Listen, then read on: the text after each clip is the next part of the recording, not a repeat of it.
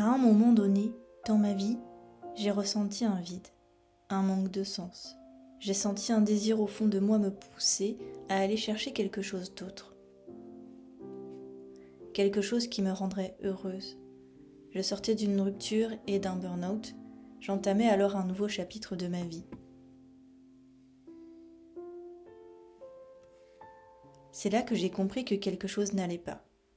Quand j'ai commencé à écouter mon corps, il avait un message fort à me faire parvenir. Il était malade.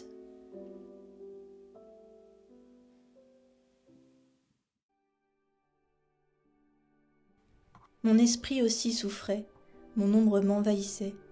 Alors je me suis tournée vers le bien-être et la spiritualité. Je suis devenue praticienne de Reiki. J'ai mangé sainement, j'ai commencé le yoga. J'ai écrit mes gratitudes et un journal. J'ai laissé s'exprimer ma créativité.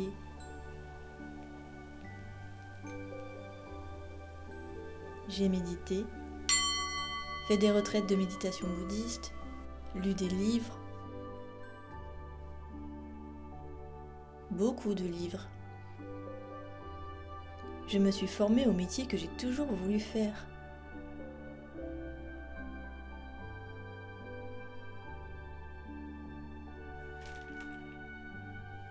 Dans ce voyage intérieur, je suis devenue minimaliste.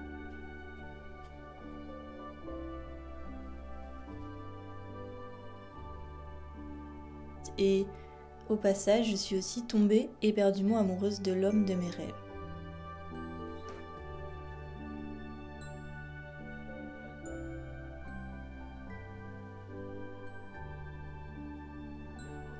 Et toutes ces aventures ont changé ma vie, ont transformé mon être et ont été la meilleure béquille que je pouvais souhaiter.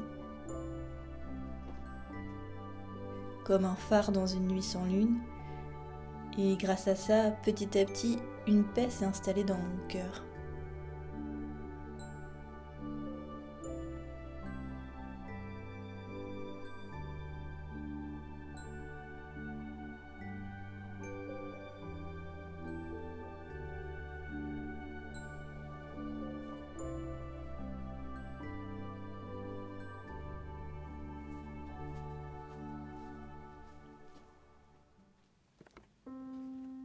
Mais cela n'a pas suffi. La dépression est quand même venue toquer à ma porte. Pourquoi ?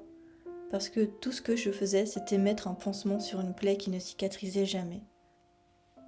Tout ça ne suffisait plus, parce que j'avais besoin de guérir. J'avais besoin de m'asseoir avec moi-même et d'écouter la petite fille blessée, pleurer, me raconter, m'exprimer.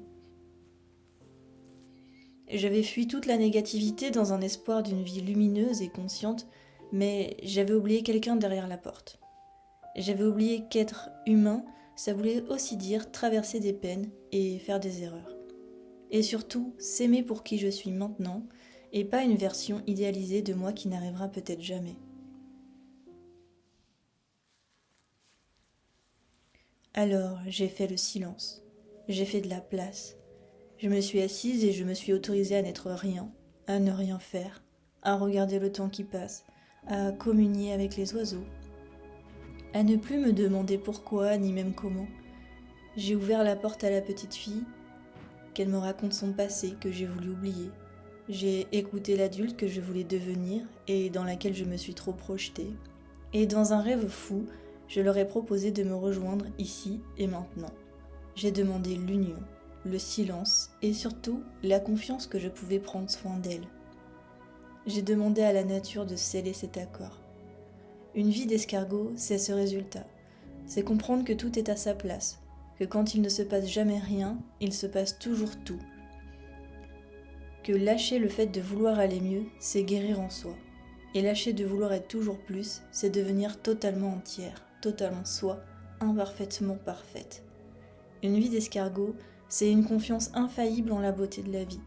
C'est célébrer tous ces petits détails qui, mis bout à bout, deviennent l'infinité de l'univers.